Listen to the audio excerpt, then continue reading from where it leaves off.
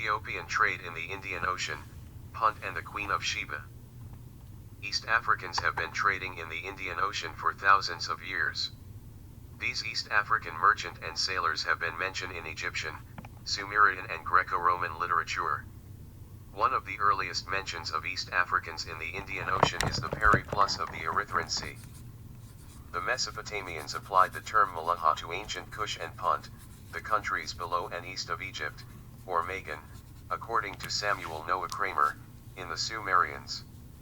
The Akkadians, according to Kramer, said that Malaha was the place of black men, cp.277. S.N. Kramer said Malaha was in northeast Africa, not India. The king of Byblos, Rad Adi, associates Malaha with the Kushites. It is interesting to note that Danielle Mekas Columbet believes that the Malahites were probably Magi. In support of this theory, she presents evidence that all of the products associated with Malaha were found in Punt. As a result, Punt was probably Malaha. In addition, Danielle discussed the fact that Martu, which was situated in Arabia, is often associated with Malaha. In her opinion, this would also connect Malaha with the eastern desert, which was the location of Punt. Finally, Danielle presents toponymic evidence supporting this connection. She points out that Gebel Mule, Malaha, and Malaha, both cities located in eastern desert.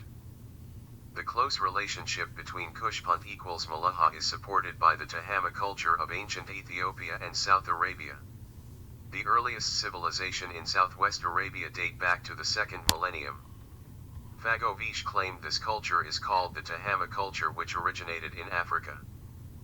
The civilization probably originated in Nubia. It is characterized by the cheesecake or pillbox burial monuments which extend from Dhofar in Nubia, the Gara Mountains to Atolis on the Gulf of Zula, to Hadramawt, Kataban, Ozan, Aden, Asir, the main area, and Tahama. This view is supported by the archaeological evidence that support a close relationship between the Puntites/Ethiopians and Nubians. For example, according to Fagovish, the pottery from Tahama cultural complex and other Ethiopian sites shows similarities to the Kerma and C group pottery. Given this connection between Ethiopian civilizations and civilizations in Nubia, make it clear that the Ethiopians would have been familiar with the ancient writing system used in this area discussed above. In modern Ethiopia there were three great empires: Punterwi, the Daamot or Diamat Kingdom, and Aksum. The first kingdom of Ethiopia was founded by the Habesha or Habesha, who were first mentioned in the Egyptian inscriptions of the 18th dynasty of Egypt, in connection with the land of Punt. The Punt Empire was made up of people speaking diverse languages. The culture bearers may have been the Tigrinya speakers, who call their language Habesha, i.e., Abyssinian par excellence, Doris 1971. The term Habesha seems to represent an old name for Abyssinia, the ancient name for modern-day Ethiopia, and may be connected with the Amharic word washa, a cave or cavern. The people of Punt lived in an area stretching from the eastern desert of Egypt, eastward to the Red Sea, and Central Africa. These people spoke Puntite/Semitic languages. The Puntites are mentioned in Egyptian or Kemetic literature as invading this area around 2400 BC, according to the text of Hurkud, found at Aswan, written during the Vth dynasty of Egypt. The Egyptian traditions tell us that there was a struggle between Set and Horus which took place in Nubia. This story indicates that in ancient times Semitic-speaking people formerly lived in Nubia. This explains the Egyptian identification of Punt or Puin as the land of the gods. The Egyptians called the people of Punt Kenbatu. In the ancient literature of Egypt and Mesopotamia, Punt was recognized as a sea power. From ports along the Red Sea, the people of Punt traded with of Egypt, Arabia, West Asia, Sumer, and Assyria. Modern Ethiopia is part of the land known to the Egyptians as the lands of the gods. The inhabitants of Punt, on the other hand, called their country Irwi. It was from here that the Semitic-speaking nations moved northward into Arabia and Mesopotamia. The ships of Punt were very large. As early as 2500 BC, they had ships with 60 oars. In the records of Sumer-Akkad there are frequent passages referring to the large boats of Punt, which they called Malaha. The ships of Malaha made many voyages to Mesopotamia. Malaha included the area from Nubia eastward to the coast of the Red Sea. This view is supported by the discovery of C-group pottery usually associated with Nubia, found in excavated sites in Eritrea. The Malahites were known as the Black Men to the Sumerians. The Akkadians called them the Malahites, the men of the Black Land.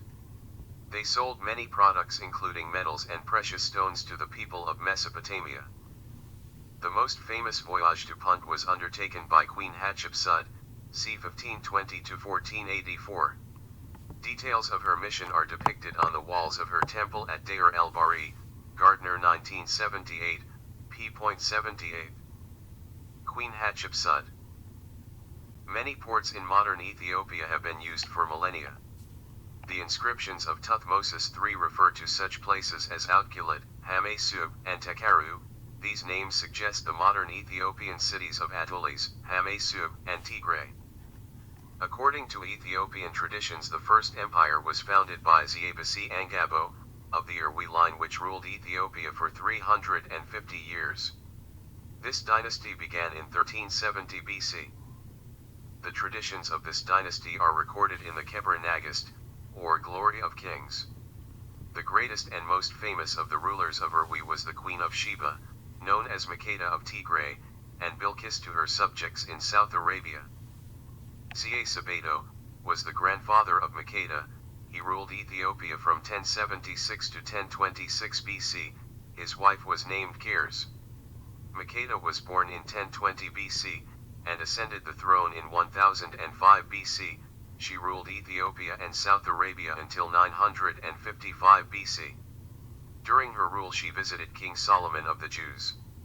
Here Makeda was impregnated by Solomon. Queen Makeda had a son. He was named Ebna Hakim. From his descendants Hebrewism came to Ethiopia. Queen Makeda had a residence near Aksum, but the main capital of Irwi was located along the southern end of the African shores of the Red Sea in a district called Azab, Asabi, or Saba, which meant in the Tigrinya language of the time the southern lands. The name Sheba was a variation of the name Saba or a specific designation. When Ebna Hakim took the throne, his mother had already established colonies in Arabia and India. Hakim took the name of Menelik in 955 BC. At Aksum, Menelik established his capital. The first city of Aksum was at Daro at Kilti. King Menelik I ruled an empire extending from the Blue Nile to eastern India. He later, according to tradition, made the empire much larger. After Menelik, the people of Irwi worshipped either Hebrewism or the serpent Irwi.